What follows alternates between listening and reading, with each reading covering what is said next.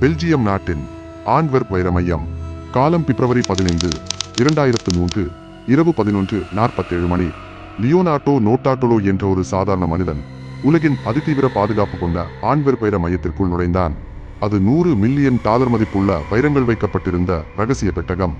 யாரும் உடைக்க முடியாத இன்ஃப்ராரெட் கதிர்கள் மற்றும் நில அதிர்வு சென்சார்களை அவன் தன் சாதுரியத்தால் செயலிழக்கச் செய்தான்.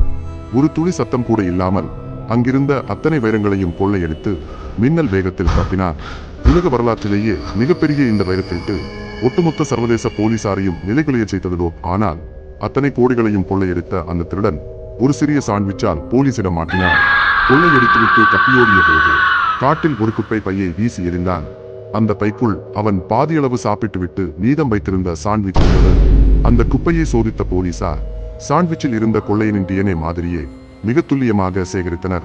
திருட்டு நடந்து 5 நாட்களுக்கு பிறகு அவன் சாதாரணமாக மீண்டும் அதே வைர மையத்திற்குள் நுழைந்தபோது போலீசார் அவனை கைது செய்தனர். அந்த சாண்ட்விச் ஆதாரத்தை வைத்து அவனுக்கு 10 ஆண்டுகள் சிறை தண்டனை கிடைத்தது. இதேபோல் உங்களை உறைய வைக்கும் உண்மை குற்ற சம்பவங்களை நீங்கள் தவறவிடாமல் பார்க்க இப்போதே சப்ஸ்கிரைப் செய்யுங்கள். இல்லை என்றால் இந்த சேனலை நீங்கள் மீண்டும் பார்க்க முடியாமல் மிஸ் செய்து விடுவீர்கள்.